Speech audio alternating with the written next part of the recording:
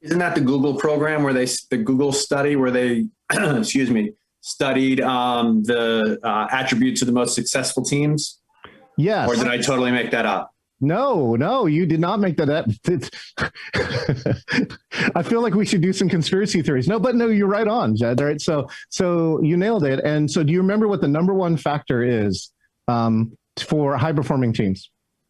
Well, I'm going to guess, given the conversation we're having, that it's psychological safety. Oh, I know. I ruined the surprise. You're right. So no, that's what we're talking about. But so the key here is that psychological safety. So they did this research. And if you have not heard of this research, by the way, we have a chat for that. You can go get the link for this and read it for yourself. And I highly recommend that you do. But the key here is they did 18 months of research and they said, we want to know what the highest performing teams are at Google so that we might be able to do it more, right? Sounds like a good idea. So they did that and they thought all these things that they're thinking about, turns out they were not the things. So they thought, is it the computers? Is it the composition of the team? Is it the leader? Is it the place, the setting that we give them? And all those factors were not in common. Because what happened was you had these widely chaotic teams that creatively made stuff, right? And it was brilliant.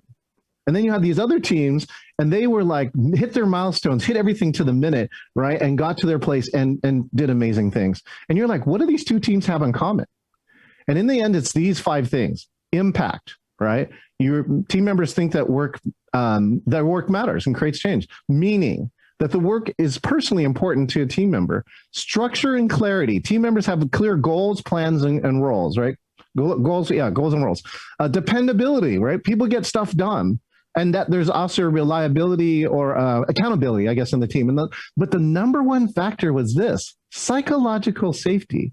So if I reinterpret what Erica said, it says team members feel safe to take risks and be vulnerable in front of each other. Again, I'll say that again. Team members feel safe to take risks and be vulnerable in front of each other. And so that's really the key. And I've been researching this. I've been doing this through team building is when I discovered this, because I was like, oh yeah, I want to know that. And I really have seen it in teams, right? Teams that win have all these factors. And this is really the number one, because otherwise what happens is you have a great idea and you suppress it. Or worse, you give a great idea and you give it to the group and your group crushes it, right? Some leader in the group doesn't listen to you. And after that, you're just like, I'm out. You know, I'm sure each of you have been on a team where I just like something happened and you're like, I'm out of contributing to this team. And what happens to the team is you lose all of that. So to me, this has been the number one thing that I've seen over the past few years, and especially the past 12 months of like, how do we get people to get cameras on? So the next thing I'm going to teach you is what I call the invitation, right? So again, I'm going to give a really terrible invitation, invitation, which is this. Why do you think that psychological safety is important for people turning their cameras on, right? Anyone? Okay, great. So we're just going to move on. I'm just going to tell you the answer. So something that I've discovered, Kendall was like this too. She was like, I had something to say, right? And people don't realize what they're doing in that, right? Yes, thank you for the thumbs up. Because I told you that was a thumbs down. Turn upside down, thumbs down. Is that is in what I've seen in multiple groups and many speakers I've had to coach, saying in that invitation, if you're going to get your group to interact, you need to do that in a certain way. And so here are the things that I think now are important. Number one is tell people specifically how to participate. So let's say in this case, I'm going to raise a virtual hand. All right. So, and then give choices.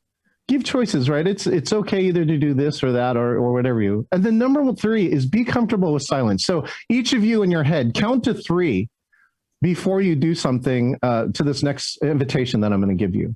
So why do you think that psychological safety is important for getting people to turn their cameras on? So if you'd like to answer, please raise your virtual hand, right? Or you can also raise your physical hand because I can see all of you with your cameras on.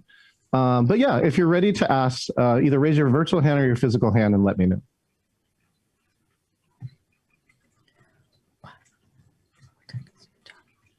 There we go. All right, great. So Erica said, yeah, you have another piece to add to this. Go ahead. No, you told me to count to 3 and then we either raise our hand or a virtual hand. I followed your instructions. Perfect. Anybody else have any? Now I'm truly, really asking the question, Erica. Erica, were you lucky? I think you were a GPA 4.0, 4.5. I completely rewrote the box to make sure that it didn't look like a box. Oh, I like that even more. That's why we're friends. Great to have you here. Okay, great. Anybody else? Why do you think psychological safety is important? So really raise your hand. So you can use your physical hand, you can use your virtual hand, either one. Okay, let's go to Doug. Go ahead, Doug. People won't engage. They'll check out. They're concerned about, Oh, you do have raised hand right there. are they going to be judged? Are they going to be ridiculed? I mean, just people aren't going to speak up. Yeah, okay. So how does psychological safety play into that? Well, if you don't feel safe, I mean, it's any culture. If you don't feel safe in risking, making decisions, coming up with ideas, you're just going to withdraw because you haven't felt safe before. And And Doug's in an industry where feeling safe or being a trusted advisor is critical, right? He does financial coaching, and that's almost as emotional topic as religion. And so, right, people need to trust you before they start talking to you, right, Doug? Mm-hmm. Right. And what's one or two things that you do to get your clients to be comfortable with you? I talk to them about everything's confidential, and that I'm not going to impose any values of mine on theirs. Exactly. Other than I won't support anything immoral or illegal. Yep. And that you don't have to agree. We're going to explore ideas. I'm going to make suggestions, but ultimately this is your decision and it's your money. And I'm here to help you be more effective. Now listen to all the things actually Doug put inside of it. I asked him for one and he gave me 20, number one. But number two, right, you'd go like, oh, all right. So, I mean, even if you don't know and you didn't work with Doug, you're now starting to think like, well, maybe I would, because, as long as what he's saying is something I believe in, those are all the right things that you would definitely want to say. Yeah, go ahead, Dave. Remember, you're on mute, Dave. Because Donna made it. There we go. So in learning situation where there's someone, instructor-student relationship, right? You have to allow for students to ask the so-called stupid question. There is no stupid question. The stupid question, it comes from a place of a lack of information or naivete. There's a missing piece of the puzzle, and that's what the instruction situation is there to fill in. So you have to make people feel safe enough to ask the questions that come from a place of missing information. Yeah, and I think this is what one of my other friends, I think it's Ann Lagazzo, she wrote a thing about Zoom fatigue, and she really came back and she said something I think is kind of controversial, but if people are not answering questions in your meeting, it's your fault. You're the host. You set the tone. You create the culture of every virtual meeting, right? And it comes from, it's like, if you go to ask a question, I ignore Dave for like 20 minutes. He just puts his hand down after a while. He goes, this is not a place. But Dave raises a hand. He goes, oh, you responded. Now I know. I want this to be interactive. And so, so each of you as hosts, you need to think about if you are having problems getting people to turn their cameras on or answer your questions, go back and see what can you do to make it easier for them. I know it's kind of a lot, but she said these problems existed pre-COVID. Right? Bad meetings existed pre-COVID. A lot of people just took their bad practices and put them into virtual meetings, and they got worse. They got amplified. And so, Donna's going to chat this question here. What techniques do you think that me or Doug or others are using, right, to create virtual psychological safety? Because we have this beautiful new acronym, TLA, an acronym for you, and it's called Captain Win. No, yes, I did that. I said Captain Win. Yeah, he's Captain Win. So I want to give to each of these, and let's see how much time I have here. Oh, good. I'm on this piece. Okay, great. So let's do this. Let's do a couple quick pieces in here. So I'm going to go from the top here to the bottom. Does anybody know what connection before content does? Hopefully somebody who hasn't talked yet. If you do, raise your hand. Connection before content. Okay, Ruth. So you want to engage your audience with them as people before you start going into all of the content that you want to present to them, because otherwise they're really not going to listen to you, or maybe they're off thinking something else and you need to bring them in to the frame of reference of where it is that you want them to be to communicate with them, and that they'll be receptive to hearing what you want to say, that they feel like that you're going to say something important, that, hey, I should listen to this, rather than, okay, yeah, I'm just supposed to be here. I think I'm going to go do my phone or go do something else, but I'll check the box that I was here. You check the box. Oh my gosh. I know some people who check the box. All they have to do is watch like 60% of an hour and they get credit for a program.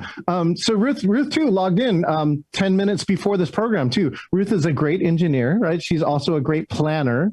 And so she knows that, I want to log in early so I know that I got the link right, or I have time to fix it before on there so I don't miss anything. And so what she gets as a bonus for that is we get to chat and we get to talk. And so what I always love to tell people is that one of the psychological safety things is the most important meeting is the meeting before the meeting and the meeting after the meeting. Do you know what I mean? And so even for an hour meeting, I allocate 2 hours. Now, you maybe not have to do that, but I'm saying what you do is you do want to put even a couple of minutes before and after. People are getting used to COVID now, so people are like arriving on the dot to a meeting. Have you seen that? Even like 1 minute late. But what I tell them is at least like the 10 or 15 minutes beforehand. And I think you should plan for it, because people are missing the connection. Right? They're getting too efficient with meetings, and you're missing the humanness piece around here. There is real studies, Ruth, though, that if you actually spend the time doing this, people will be more attentive, more cameras will be on, people will interact more if you actually implement this, which is called connection before content. All right, the next one, air traffic control. Does anybody know what air traffic control is? If you do, raise your hand. You can raise your physical hand. Okay, Dorita. Dorita's still on mute. But I don't really know what it is, but I'm going to assume that you are controlling however equal voice, maybe, keeping everybody from talking over each other and being clear about who's next. And so people can get ready. So air traffic control to me says that you're managing how everybody's being heard. Exactly. Right. So, because there's nothing worse than this. Wait, Dorita, come back off of mute. Tell me 4 sentences about something that's kind of important to you. Ready? Go. So I get I know that's really a great point, Dorita. I know what you're talking about. Yeah, but what I was going to tell you. But I was going to say something else right on top of it. Yeah, tomorrow we're going. Yeah. Then you start going, we're all fighting for like space to talk. So exactly. I mean, we've already seen this. Presidential elections debates already showed that this 2 people talking on Zoom is not valuable. And explicitly, it's not just frustrating for you and I. And you saw Dorita, even she knows I'm messing with her. Right? It's frustrated in that moment. It's frustrating for everybody else. I think people forget that. As attendees, it is super frustrating if the host of the meeting does not take some form of control over that. And so this is another way to create psychological safety, is to manage that audio channel for that. Now, Dorita, would you like the floor to say a closing statement? Thank you so much for allowing me to do that. No, because I'm irritated. At least you're being honest. I appreciate that. Thank you, Dorita. By the way, you should see Dorita. Are you holding another summit coming up? I think you are, right? Yeah, I haven't put the date down, but yes, I will in the next month. Mm-hmm. Excellent. So if you want to, speaking of which, we can do some LinkedIn networking. I know I have a LinkedIn profile here somewhere. And if you want to share yours, we really want people to meet each other. Okay, so the next one is participation. So there's a couple different ways. Like, have you seen where you can rearrange the video windows? I'll show you a little bit later when I come around. And by the way, there's a new fix coming. I just read today in Zoom that you can't move the windows when there are non-video participants and you hid them.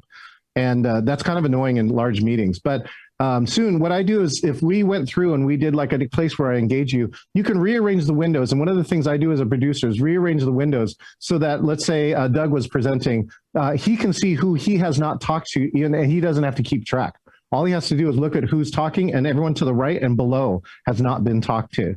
So that's what we've created too, is also these very complicated participation maps, like an Excel that's shared. So Donna could actually give me a little message here on my part, and she goes like, "John, you have never talked to Kathy yet. You should probably say hi to her." Oh, good. Okay, great. Hey, Kathy, how you doing? Oh, fine, and you're on mute. Yes, and wait a second. I have a sign. I'm unmuted. I'm fine. Glad to be here. Where are you calling in from, Kathy? From Mississippi. Oh, you're a friend of Kendall. We've worked together for many years. Oh, well, great. Glad to have you. So let me ask either any of these 3 points. What do you do to create participation or tell people anything is possible or acknowledge somebody on a virtual meeting? You asking me that question? Yes, you. So Kendall and I actually do a training on counseling techniques, and we title it Connection Before Content. So that certainly resonates with us beautifully. And so we always try to take the time to allow audiences to share about themselves, why they're there, what they're hoping to get out of the meeting, and just kind of help everybody relax and get to know everybody. And it makes a huge difference in helping people to get engaged. Why do you think it makes a huge difference? Because they feel valued as individuals. We took the time to ask them who they were, and we took the time to engage with them, and it made them feel valuable. I think that's really one of the keys here too, is that I believe, if I just wanted to present this to you, I would have made a really cool, nice, fancy video and sent it to you and let you watch it on your time. But right, I believe that as attendees, this is my belief too as an attendee, the meeting should be different because I'm here. I'll say that again. The meeting should be different because I'm here. And that's one of the ways it matters. Like this, interacting with you. Sometimes you might bring up a point. I mean, counseling training, right, is actually turns out to be really valuable here on virtual, because now you have a base of skills that you can use. You just got to figure out, right? Number one, you have to have the belief that I can actually connect with people on virtual. And then number two is actually apply it. Because there are still so many people going, I can't do this. I just heard today somebody else going, we can't do this face to face. So we just gave up. They just gave up. They didn't meet. They haven't met online. They don't have a Zoom account. I mean, it's cray-cray. So yeah, so that's really one of the keys here. So that's where participation, again, that it matters. The fourth thing is there's always a way, is really like what Joy is doing. There's always a way to go from your car to at your house. So you can really focus on this so you're not driving. So there's always, but I also gave her, there's always a way for her to participate. Right? If you didn't notice the crafty thing I did, I said, oh, Joy, just put up a hand, or I didn't want her to chat anything. I wanted what's a way that she could participate without dying? I mean, without crashing her car. And so there is always a way. And I think, COVID taught us this, we needed to innovate a whole bunch of stuff, but there's an attitude you'll see in my meeting. I'm always putting people at ease, right? Which is there is always a way. The next one is acknowledgement, right? So saying thank you, right, Joy, for going from your car to coming here. Because I know now she can be way more engaged with this program, right? That Vicky's here and that, she's holding up. Do you see the placards they have? That's Seattle Parks and Rec, and they have completely plexiglass their places so they can open up. And so that's acknowledgement. Invitations, which I just went through. I think this part is so important, though. How you make an ask of a question really, really matters. So I'll just say that again. And think about the ways you're asking the question. Again, if you're not getting any answers, it could be you're doing a few of those things, either not giving space or time for people to think. I'll wait people out too. As soon as, even if I have the toughest crowd, I'll just sit here and then I start doing some jokes like, this will be the longest Zoom meeting in your life. And people just go, pooh, right? They're like, okay, I will participate, right? The extroverts go out. So the invitation, I think, is really important. The no sorry zone. Okay, so does anybody know what what a no sorry zone might be? Anyone, especially who hasn't talked? Oh, Joy. Okay, go, Joy. You don't have to apologize for anything or anyone happening in your room, around your room, what you say, what's happening in your life. And our sign with it says, because we're all doing the best we can. And so, Joy, I think you were here when we invented this, right? Yeah. And it was a grief moment because it was just a bad day. Oh, right. It was because Joy's in the hospitality industry, and there were a lot of bad days last year. And has that notion of a no sorry zone kind of stuck with you, or has it helped you at all? Yeah, it really has. And not even just in meetings, in Zoom meetings, but I think just life in general, where, we are doing the best we can. If a dog barks, if a kid is crying or comes running and interrupts a meeting, I'm not going to feel bad about it, or I'm not going to sit there and harp on the moment. I'm going to say, pardon for a moment. And I love this chat. Everyone's at it. Yeah, Jed said, say thank you instead of I'm sorry. Right. That's an interesting one. And it is, some cultures too, the toughest ones I think are British and Canadians. So they're like, wait a minute. It's culturally built into us to say, I'm sorry for nothing that they have any doings or responsibility. Right. I'm Canadian, so I know that feeling very well. If you bump into someone, you didn't know that? You bump into someone, it's like, oh, sorry. But I'm like, they bumped into me but yes, it's a very real hurdle to not say sorry all the time for things that aren't your fault. Well, what part of Canada are you from? Born in Calgary, grew up mostly in Richmond, just outside of Vancouver. Oh, yeah, Vancouver. Yeah. Two very Olympic cities in Canada. They hosted them both. And you probably helped out. Did you do anything with the Olympics? Well, I did hold my banner high in Calgary when I was like 10. So that was great. That's really cool. Actually, I got a chance to hold the Vancouver torch. And if you want to see one of the coolest, highest tech torches, it was the Vancouver Olympics torch. It's like got butane in it. It's crazy. Yeah, I think it was an MPI meeting. I got to do that. Anyway, so thank you so much for that, Joy. Yeah, so the No Sorry Zone, this is something you might want to institute. We actually have a virtual background for it, and it puts up a sign. I also have an icon for it. And it's really made a difference. Like people get into our meetings and they once they know that's part of the culture, they come back and they're like, oh, I don't actually have to say sorry for anything, right? Even Dorita, you don't have to say sorry that you're irritated. It's cool. It's totally fine. Be irritated. I'm good with it. Okay. So the next three things that we do here is welcoming. As you can tell, one of the things that we do is we try and welcome people from the first moment. I mean, why do you think Walmart has greeters? Right? It changes the shopping experience. We start to expect that.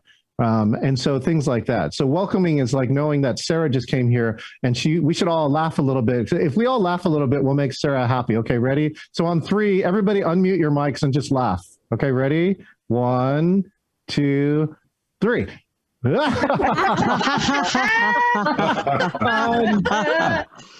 There you go. Perfect. If you didn't know, Sarah has a website called laughhealthy.com and a Facebook stream you should watch. Okay. So that's it like this. So being welcoming is a key part, being impactful, and then using people's names, right? Using people's names is something, it seems simple, Wind Influence and was it Napoleon Hill or the other ones who wrote all this stuff? They said this, the most important, the word that we all love to hear is our own name. But as long as you do this and you do this well, you can really create a connection with that and just by using names. All right. So let's see. Now, I do believe I have something else here. There we go. So there's a couple modalities that you can look to create connection, right? And one of them is video. So here's an actually easy one, is that we're going to do this. So does anybody know what matching and mirroring is? Anybody who hasn't spoken yet? Raise your hand. Okay, great. Vicky, it's all good. It never gets old, John. So mirroring is when you have your camera and then you flip it, and actually what it does is does a reverse image. And why is matching and mirroring important to psychological safety? Oh, that's a good question. It's Friday afternoon. I'm not sure I really have a good answer for that. That's okay. That's great. See, that's perfect. So, one of the things around this, and so, what I always love too, is that I always learn more from quote unquote failure than I do from success. Right. And so that's sometimes how hopefully we all remember. But the one thing around matching and mirroring is that we're designed as humans to connect. And people have all said I'm missing the connection of face to face. And that's probably true. And we're still as humans capable of connecting. And one of the ways of getting people in rapport or feeling connected is matching and mirroring. So if you follow along with me, I'll give a short example. Right. And let's do this. Let's see, do I have my list here? No. Should I have my list? Yes. Oh, yeah, here it is. Okay, great. Let's do head nods. Say, yes, John, I hear you. Just shake your head up and down. Great. Excellent. Great. Thank you. Right, Amy. Good. Right, Jed. Yeah, okay, great. All right, next one is do a thumbs up. Do a thumbs up. Okay, excellent. Let's put your hands on your head. And hopefully something I'm going to tell you is going to blow your mind. So blow your mind on 3. 1, 2, 3.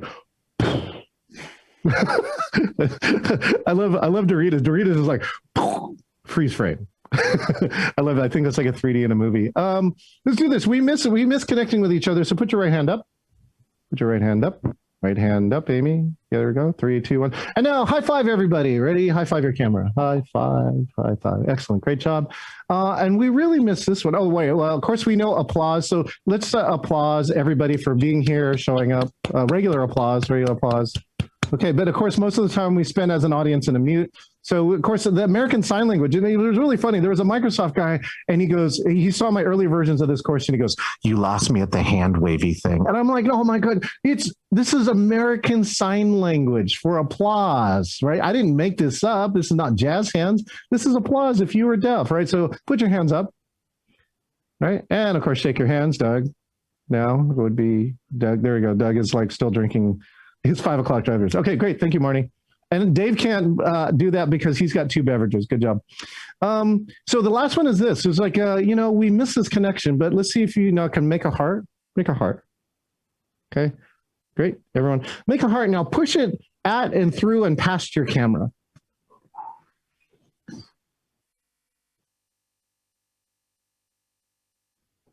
Perfect. Great job. Did anybody feel that? Do I have any empathic pseudo kind of, look at Kendall. Kendall's like, yeah. All right. And we miss that connection. We accidentally discovered this heart thing last year, like in June, and going, wait a minute, I felt something. Wait a minute. And so we're designed to do that. And so visual is one way you can connect it. And so that's, if you can get all of your group to do something like breathing, like if you sat and just breathed 3 diaphragmatic breaths before you met in your meeting, if you have that kind of group, you can actually get your group in sync. There will be less conflict, less fighting, much easier consensus. There's a lot of other research that goes along. We have a couple of yoga instructors in here. They'll tell you the same thing. The next one is auditory. So we can all create things here with auditory. You can create connection or create psychological safety with your voice. This is why your microphone is so important. Again, I got to go to this story, which is like, anybody remember that book, Eat, Love, Pray? Eat, Love, Pray. Yeah. Great, Amy, maybe, sort of? Okay, great. So she keynoted this conference that Jed and I and a few other who are on camera were at recently, and she did something I have not seen in a year, right? Without using polls or breakouts or reactions or any of these other, sharing her screen, she engaged an audience for 45 minutes. She made people believe, they chatted and said, I feel like I'm having a one-on-one conversation with Liz Gilbert, the author, at an Italian cafe, and she's across the table from me. And she did that for over 650 people. All right. And it made me rethink. I'm still thinking about it going, man, am I just crutching on all these really cool digital tricks? Or do I really need to explore myself and saying, can I engage people? Right. Just with this, the auditory aspect. There was one thing we did in rehearsal that you didn't see, is we changed her mic. We changed her mic from the laptop mic on a MacBook to a USB mic, and her voice quality totally changed, right? You know what I'm talking about? And this is why I think your audio, I have another person, he says, your audio counts for 75% of your presentation and your virtual presence now. So you should really look at that, the auditory piece. Of course, the next one is the chat, right? And so Donna's going to chat this. What's the most challenging virtual meeting moment that you've ever experienced? And so obviously the chat, to me, is the second most engaging tool on this virtual. Because the one cool piece, too, is even in the real world, all of you can't chat at the same time. I mean, all of you can't talk at the same time. But in chat, you can. And I've had multiple CEOs or executive teams come back and see the use of chat during their company retreat and going, I did not know how powerful chat was. And my best story that goes with it is that he had a new member of his team, 2 weeks hired. And he knows that in a regular retreat, that person would have never said anything, but she was actively chatting, right? And so he learned some things about her that he wouldn't know. And he goes, that was powerful. He really, having access to that. And the last one is public and private. So if you have a moment, if you'd like to share anything with me that you didn't want to share with the group, especially around, bad virtual moments maybe, or time I felt unsafe, or a tip to feel safe, private chat me. So private chat me, because I am looking for research. I'm trying to figure out what things that people just completely destroy psychological safety and what things build them up. Okay, great. So again, video, audio, chat writing, public and private. Okay, so let's see if I'm behind. This is why I gave this class for free. Oh, hey, look, there's a mic. And look, there's some chat. All right. So in this next one, I have what I feel like I designed is the world's greatest acronym. Greatest acronym. Donna's going to chat it here, but does anybody know what cunniculus means? I'll say it again. Does anybody know what cunniculus means? Oh, great, Sarah. It's gibberish for have you laughed today? Yeah, it said it. Yeah, exactly. And Sarah, somebody told me that I was inspired from this acronym from a piece of IKEA furniture. So we looked at it and goes, well, that's really a terrible acronym. So we decided to make it into a sentence. And here's the sentence. Greet with names and questions, read out polls and quotes, and then chat links and humor with simulchat.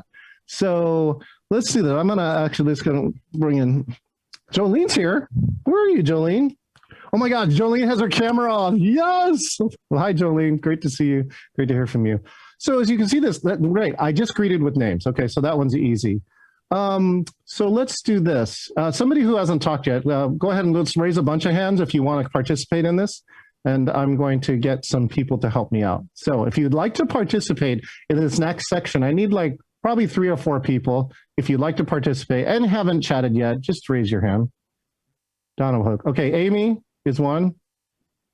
That's 1. I need 2 more. Erica, thank you. And Sarah. Okay, great. And I think I saw Marnie, so I'll put Marnie also on the end of the list. So Donna, remind me at the end of the list, because if I forget, it means I'm getting old. Okay, Amy. So each of you, I'm going to put in charge of the chat room now. So make sure and remember to set it back to everyone.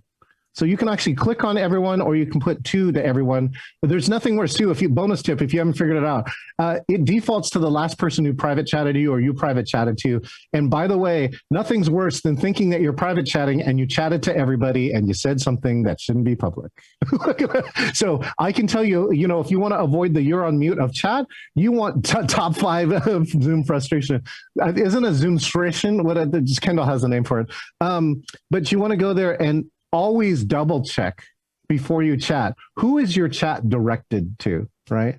And so what I'm demonstrating, these are elements. So this sentence here is all around something I call chat psychological safety. So Amy, you can chat and you can also talk over while you're chatting this, but can you chat, see, I greeted now. Oh, a question. Can you chat a provocative or interesting question?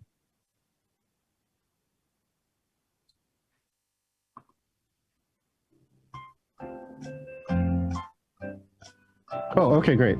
Amy said, what are you curious about today? Okay, so everybody do Amy the favor and just reply to her, right? Not directly to her. Reply everyone, but reply to her question, what are you curious about today? Thank you so much, Amy.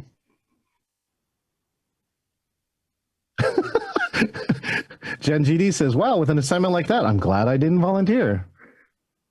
So I'm actually demonstrating the next piece to help create psychological safety, which is readouts.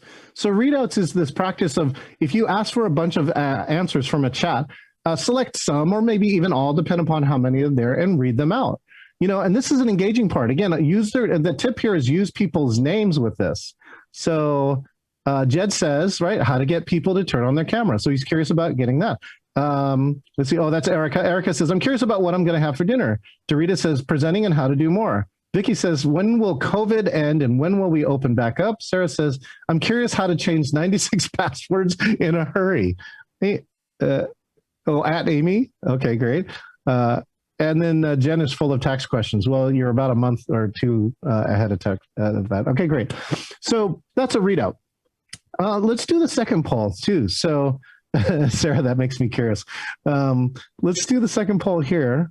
And so now that Joy is not in a car, I bet she'll totally answer this differently. On a scale of 1 to 10, now, how safe do you feel in this meeting? Again, on a scale of 1 to 10, how safe do you feel now in this meeting? with 10 being the highest. Remember, we were around 7 something or another. Thank you, Sarah. And do you have a dialog box in front of you, or are you just on your laptop or a phone, Sarah? Laptop. Okay. Did you have the poll in front of you though? Yes or no? Oh, yeah. Now I see. Sorry. Okay. Oh, Jolene Jang, always safe with John as a host. Thank you for that.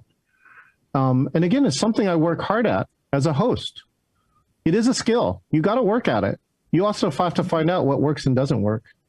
All right, I'm going to close the poll in Do we still have 10? We don't know. 7 seconds. You have time, Marnie. Dave had a question. Yeah, go ahead. So there's also, an obvious physical safety situation here with Zoom, in that's a sword behind you in your office. Yeah, there. And no matter how hard you try, John, you cannot cut me with that sword from here. Therefore, you should feel more physically and psychologically safe, Dave. Yes? Yes, exactly. We nailed it. All right. 3, 2, 1. Your votes are in. Let's find out where we're at. Okay, let's see. Anybody else like to comment on these results? Just raise your hand and let me know what you think. Marnie, yes, go. Did anybody from the 4s and slower move higher? That can be a yes or a no. I don't know. If you'd like the percentages, like there's 8% at 4. Was it higher earlier on? There were 2 people at 4, I think. If I remember, I have to go back and look. I can tell you this though, Marnie. I believe like we were about a 7. Look, we got a multiple 10, so we're probably at a 9 point something or another, I think, if I did the math correctly. And so, yeah, what we've seen too, what's fascinating around this is that we have done research. As early as 2010, we took 2 laptops on a private network, hooked them up with video cameras, with webcams, had people at a cocktail party go in 2 separate rooms and tell each other 10 minutes of childhood stories. And we had them rate the trust at the beginning and rate the trust at the end. And so the key here is that the level of trust went up on average 20%. And you saw this. We just went from a 7 to about a 9-ish. And so that's some of the studies that we're doing with it. So there's a poll. So there's a poll. Okay, so let's see. Does somebody else have a great quote they could like to share with us? Quote. Famous person, non-famous. Their own quote. You can quote yourself. I'm okay with that. Okay. Okay, Sarah? Yes. Yeah, I would say this is my own quote. 90% of stress happens because we're rushing. And if you think about it, even for finances or anything, that's my quote. Yeah, time pressure is a stressor. Excellent.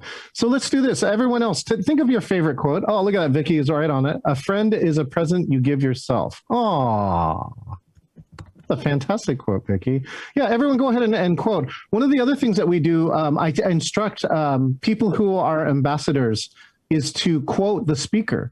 So if you don't know what to do, but you're trying to engage people, sometimes I'll requote. Like if I say something like, the most important meeting is the meeting before the meeting and the meeting after the meeting, if you can keep up with that and type that, you can quote that and then put John Chen on it. And it's like, I use it for note taking, but 2, I think as an ambassador to the meeting, if you're trying to get the chat going, is really one of the keys to do that. Let's see, Donna, we also have a link to chat them. Oh yeah, hey, there's my LinkedIn profile. So we're going to chat my LinkedIn profile. And if you'd like to join me there, you can. If you already joined me, thank you. We invite you to chat your links. Humor is a big one. Like this. Look at this. Like Jen said, too funny. And Vicky, to hear is to forget. To see is to remember. And to do is to learn. Oh, excellent. Oh, that's not Jen. That's Jed. What was Jen's quote? Let's see. Vicky, what was Jen's quote? It was... pigs get fat, hogs get slaughtered. Totally reminded me of the farm. Thank you, Jen and Vicky. Appreciate that. Okay, great. So, so links is another thing to do.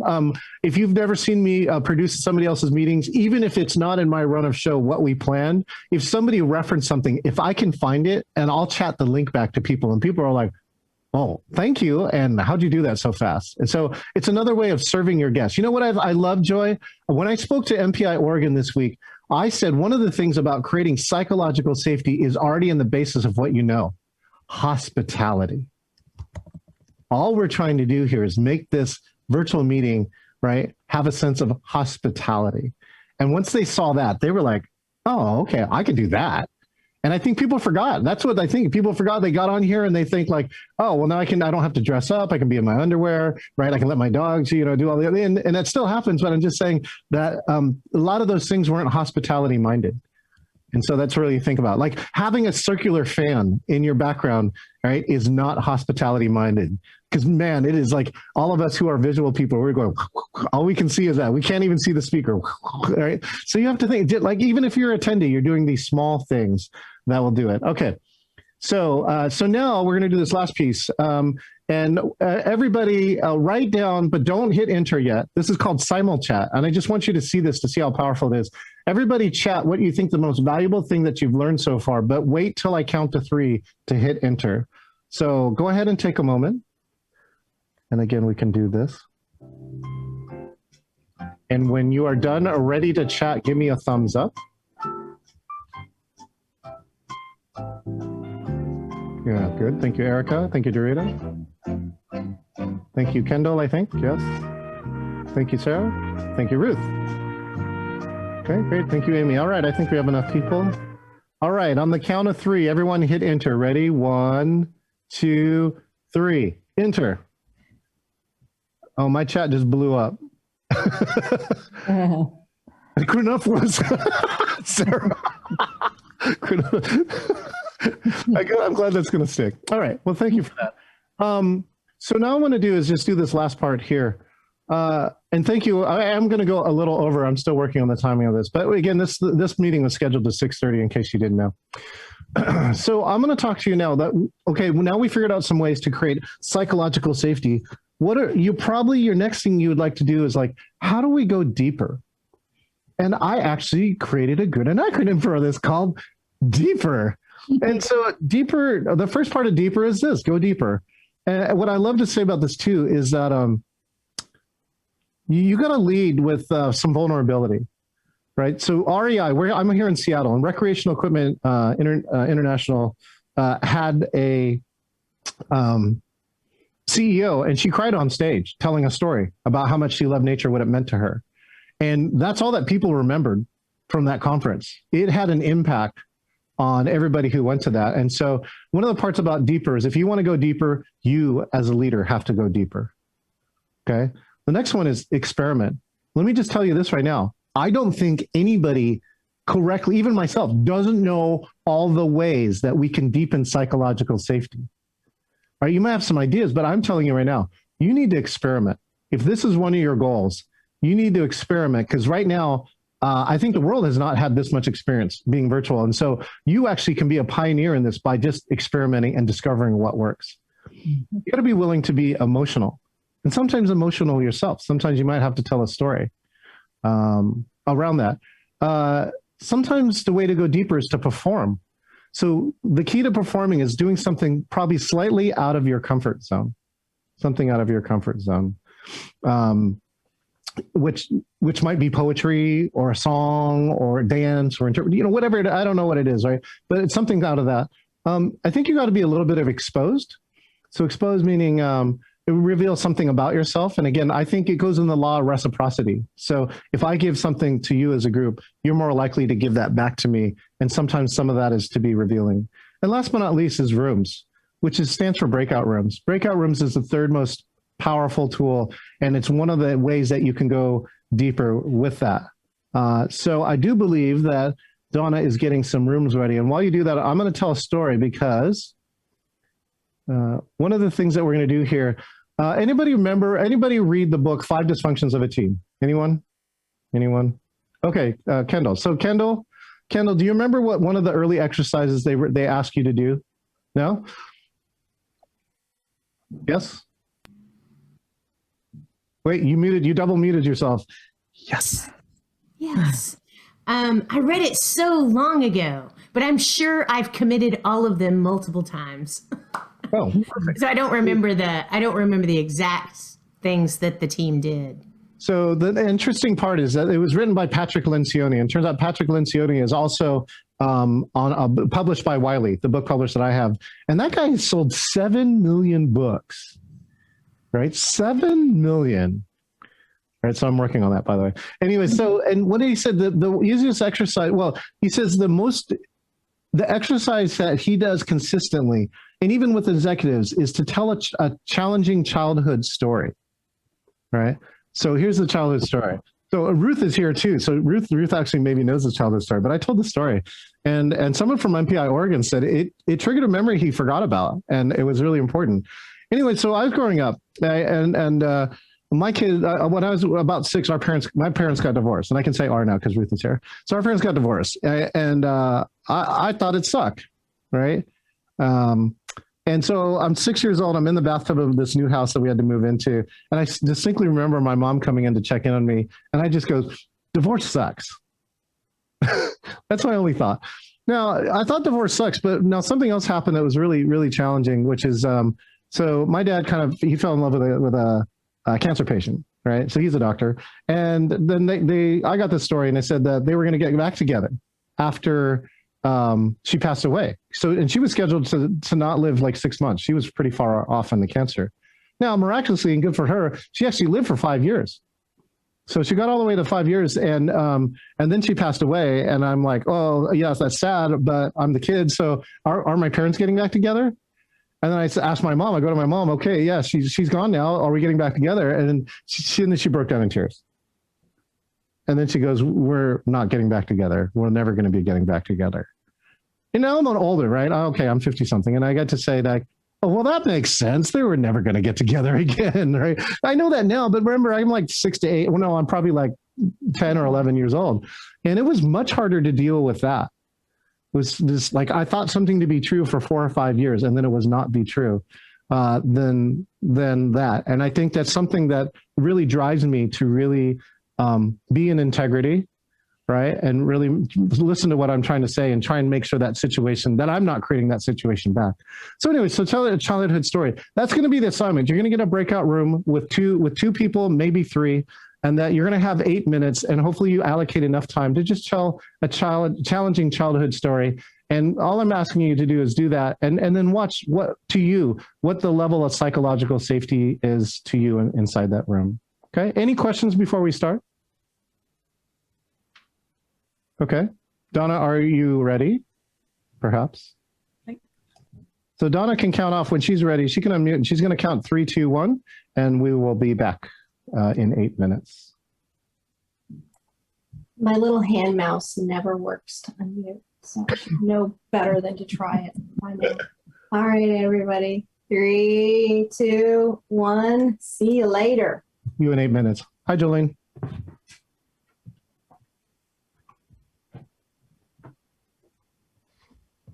You want to see what I got going on right now? Oh, Mark, your echo is back. The echo is back.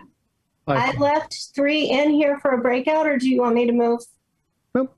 Vicki, Sarah, and to another room? No, that's fine. Okay.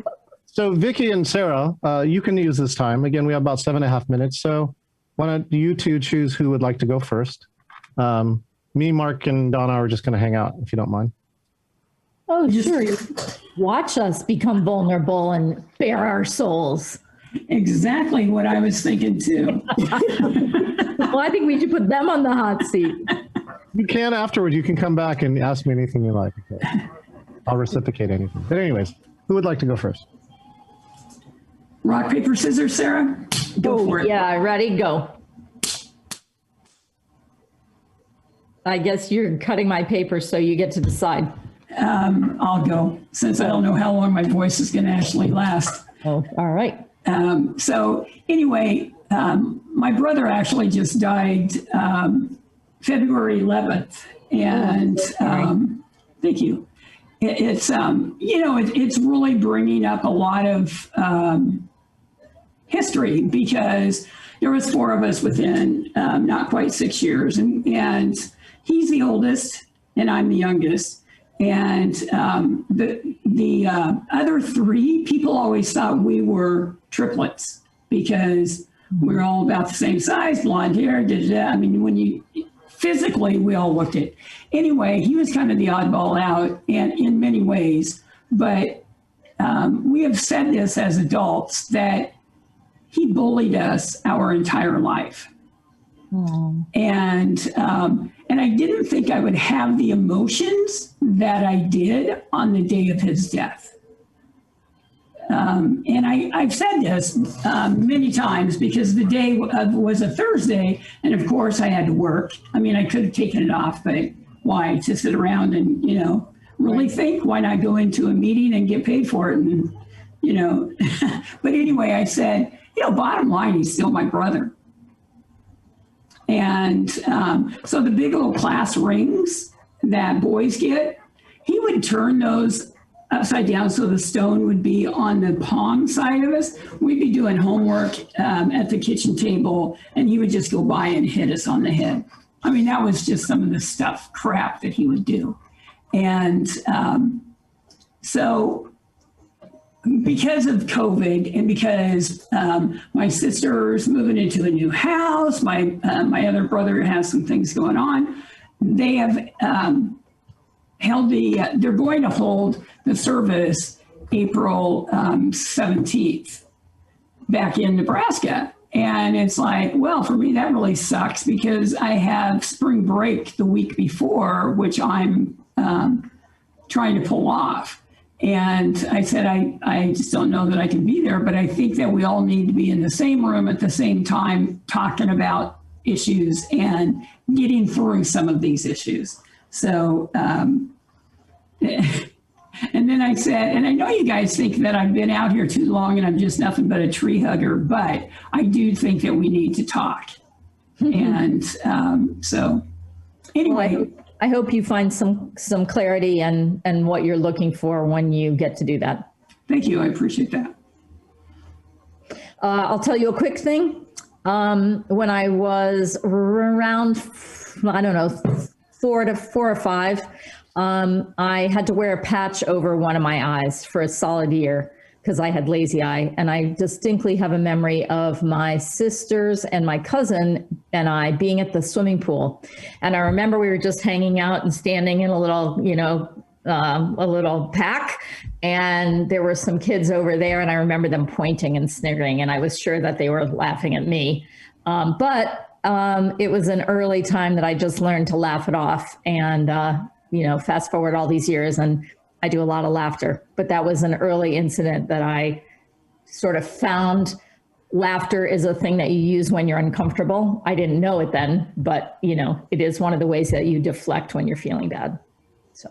Oh yeah. And I can definitely see where it would help you then and honestly help us now. Yeah. Hey, Mark, see that you joined us. Do you have a story to share? Let's see if Mark's audio is good. Hold on. Is that better? Yeah. I fixed the audio? Yeah, you did. Hi, Jolene. Right. You guys all came back early? Well, there were some directions that we were supposed to switch rooms, but we were just in the middle, so we didn't. Hi, Joy. So, Donna, do you want us to switch or do we just stay here with these new folks? Just stay here. Okay. So, Mark, do you want to tell us your story? Story? Oh, or share a thing from your childhood story. 60 seconds or less. Go. Okay, just give me a second here. Let me think of what pops up in the moment. Ding, ding, ding, ding, ding, ding, ding, ding. You used 10 seconds already. You got 50 more. I've done so much work on this stuff that it's all become nothing burgers. So I'm digging. It's a good dig. I think the most. You're down to 3 sentences. Okay, well, you're continuing thinking. Jolene, do you have a story? Yeah. In 7th grade, I was in band, and Mr. Perry, he looked like Captain Kangaroo, and he was mean to some people. He definitely had pets, and he was mean to some people and would humiliate them and make fun of them. Then other people would laugh at them, and I didn't think that was right. Mr. Perry was okay to me, but my parents, I don't know, it was a few years ago, reminded me that I set up a petition and to get him fired. And also, I think, like, you know how a ransom note, how it's magazines are like cut up and stuff like you're gonna die. I think I also did something like that, which sounds really weird and creepy, but it was kind of funny because I didn't know that I didn't remember that. That's pretty cool, though. You had principles. Yay for you. Yeah. Mark, did you think of something? You know, when I was younger, I was incredibly shy, so terrified I couldn't even walk by people without thinking that like there was something wrong with me. So I mean, I was a bit of a chubby kid, and I always believed that I was some sort of freak.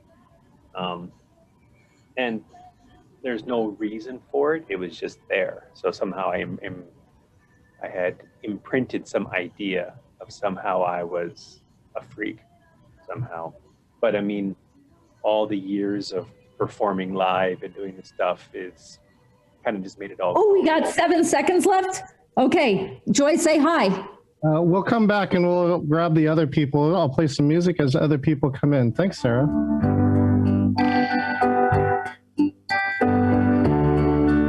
When your day is long. All right. Thanks, everybody. So let's just get a couple debriefs here. And let me just tell the intention from this. Why does Patrick Lencioni do this? What he's found is by just telling this childhood story is that you really get to learn something different about the other person. And the example he shared was that somebody said their family struggled with finances when he was young, and he was a CFO, but he was a CFO who never relinquished control of the money and the pocketbook. And after he told that story, everybody finally figured out why. So does anybody have any insights? You can share or not share the story if you like, but I just want to see if you have any insights from talking with your breakout room guest. If you do, you can, again, raise your hand, raise your virtual hand. Here we go. Hi, Erica. Go ahead. Hi. I think that what this helps to remind us is that you can come and congregate with people, and it can be people that maybe you work with on a daily basis, as Kendall and Kathy has shared. It can be people who've just met each other for the very first time, as Amy and Jed and I have in our breakout room. And the amount of psychological safety that everybody brings to the table is a very personal choice. Yeah. And then there's both, I think, your own psychological safety about how you tend to usually feel on how much you share. And then I think there's the community and the type of psychological safety that's built, whether you're in your small group or if you're in large group, and how you're feeling that there's a little bit of a back and forth. And so feeling like if I'm willing to give a little bit, I'm hoping everybody else is willing to give a little bit, so that we kind of all feel like we've deposited into the bank of psychological safety. Oh, wow. Listen to that. Wait. Listen to that concept. Deposited into the bank of psychological safety. I mean, somebody quote me on that. Whoever's the quoter, quote that and give Erica the credit for it. Because I think it's true. We do that. We build emotional credit with people. And then sometimes we have to withdraw that. And if you have ever broken up with somebody, that means that somebody overdrew their emotional bank account with you in a bad way. Right, bumper stickers. Dave says bumper stickers. Dave, did you want to chime in, or you're just saying yes? Yeah, right on. Okay, great. So yeah, thank you so much for that, Erica. Let me go close up with this, so then we can kind of freeform with this. But that's why he does this exercise, is because it's really a place. And if one of the things that Don and I have been talking a lot too. Again, the meeting that you're in, this happy hour, is one of the highest, what I felt like the highest psychological safety meetings that I've been able to develop over the past year. Marty says yes. Yeah, Dave says yes. They're regulars here. Joy says yes. She helped invent this thing, for crying out loud. And the thing is we're still missing something. Even though we did that, which it's a monumental achievement, we're still missing something. And so Dawn and I have actually invented this thing. It's a virtual dinner party. And Dave and Marnie happen to be the first couple that we tried it out. The secret is you get your HD TV and you put it off the edge of your dinner table, right? And get the camera there. And then what happens is when Dave and Marnie on the other side, Don and I are having dinner and it looks like the same table. They're actually the same size because it's a big HD TV. And actually, Jen saw some of the Valentine's dinner that we had, and we were crying and laughter, and there was no agenda. Some of the psychological safety too is like having no agenda. But if anybody's ever been to one of my dinner parties, you know that I usually ask some kind of question so that everyone introduces themselves to each other, so you know who it is, at least at the beginning, to get the baseline out of the way. And usually off of that, man, that's the jumping point for something off it. It's what I call the dinner party theory, which is take the most unique or random or innovative or different people, put them at a dinner table and just sit back and watch what happens. And so that to me is like something that I'm missing. And if you're missing that, I challenge you to have a virtual dinner party and make a setup like that, and break all the rules of Zoom. I think to do that. Erica, go ahead, and then I've got a last piece before I open it up. You triggered something in me in what you were talking about, and you started off with asking the question about what are we missing, and you know, we go back to very tribal concepts of breaking bread, sharing food. And I think that when you're talking about being able to bring a disparate group of individuals together and say around a dinner table and eating together, there's something about having not only that action that we're doing that's sort of kind of deflecting and taking all of that focal point off of us because we're all focusing on the food, that I think helps to build that psychological safety, because we kind of have that as a little bit of a buffer, and yet we're all sharing something that's common and something that we can all agree to, which is, you know, sustenance and feeding ourselves food is good. And then I think it helps to break down some of those barriers, and we don't get that in the virtual space. We haven't, but we should, and because that's what we're missing, right? Because it's all virtual and people are saying don't eat on camera, right? But look at how we have, as humans, we've connected in infinitum over food, over meals, over drinks, right? When else do we all stop and like be with each other, right? Like families, you got to have a family dinner if you want to have that type of connection with your kids. And so I just think we can do it virtually. I mean, it's like, I know it's not the same as being face to face, but this is an experiment. This virtual dinner party is an experiment, and I think it's one that works. And if any of you want to have a virtual dinner party with Donna and I, just let us know. And right, and we're scheduling some Sundays around that, and you'll find like how deep it is, Erica, how much we missed that. And I'm telling you, I can't believe it took me a year to develop, but the fact that I'm doing it is like, I don't know anybody else who's doing this. I don't know anybody else. So I go that really helps. So now, you know, I got two things here to finish off with. Number one, let's do a little poll here. Let's see. Oh yeah, here we go. All right, I'm going to go scan here and look. Oh my gosh, I'm looking through the participants list. There's only one camera not on, and it's mine. There we go. I turned on. Ladies and gentlemen, we have a 100% camera on meeting. Although Jen just went off camera. Yes. She's back. She's back. She's back. She's back. It's okay. So, you know, this I advertised this too. I believe somebody who was on this call was in one of the, I think it was Kendall was like one of the unicorns. I said a unicorn is 100% camera on meeting. And I'm getting more and more of these. And, you know, I'm just trying to figure out if does all these things be these facts. This is at least currently what I know. And I tried to compile about 35 years of knowledge, plus especially what happened in the past year, to show you things that I'm doing to help you get cameras on. So I do have two pieces here for you. Of course, I have plenty of free programs here too. This happy hour is always free. And we're running karaoke tomorrow, although I am not running karaoke tomorrow because Karen, our good friend Karen, is actually doing it because I will be in Seaside, Oregon with my sister Anne. And I just want to let you know too, I have my next conference coming up and I'm starting to finalize the speakers. A few of you here are on the planning committee too. And let me tell you, we are planning to show you what the next level is of virtual meetings. So I hope you do look at these dates. I'm trying not to sell, but I am trying to tell you that if you want to stay up to date, this is going to be a great place to be. I've got some mind-blowing speakers, stuff that even I got a guy with 2 remotes. He walks around while virtually presenting with not 1 remote, but 2. And when you see what it is, he's got no producer technically. He is the producer. And it's astonishing to see what he does with that. But more importantly, I got other surprise guests coming. So that's coming up. And the last piece that I got here is this. I just want to close with the story I told you a long time ago. Is a story about Yoshi. So Yoshi started chatting, right? And then she started chatting more. Then we had the exercise, which you've seen in my first class, which is to write poetry. You write a poem, engaging virtual poem, and you're sharing a document amongst 8 people. When she came back from that breakout room, her camera was on. And I was like, Yoshi, your camera's on. What's up? That's awesome, right? What's up? And she goes, oh my gosh, let me tell you just what happened in the last 8 minutes. She went in there. It turns out that poetry was her jam. So she wrote 75% of the lines of that poem, even though there was only 8 people. She was one of 8, and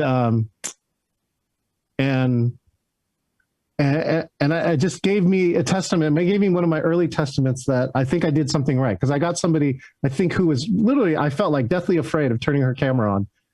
And I never said anything like, turn on your camera, right? That's really, that's why the joke is funny. Like the name of this class, turn on your damn camera, is like the totally wrong way to do this. But it turns out that, right. There is a chat here too that Donna's going to put out. I mean, can you remember a time when you felt unsafe and then later on that you felt safe? And if so, what happened to make that safe? Because this is what Yoshi wrote me a poem after this. And here's what she wrote. Thank you, Mr. John, for making me feel safe. From the moment I logged in, I knew this is my place. I started chatting and I turned my camera on. Psychological safety could help the whole human race. I appreciate all of you. I just want to say thank you. If you have any questions, I'm going to hang out. But if you had a great time, please tell Donna or myself or in the chat that you had a great time. I'm going to say, everyone wave goodbye to the Facebook Live audience now. We're going to play this song, of course. And 3, 2, 1. All right. Excellent.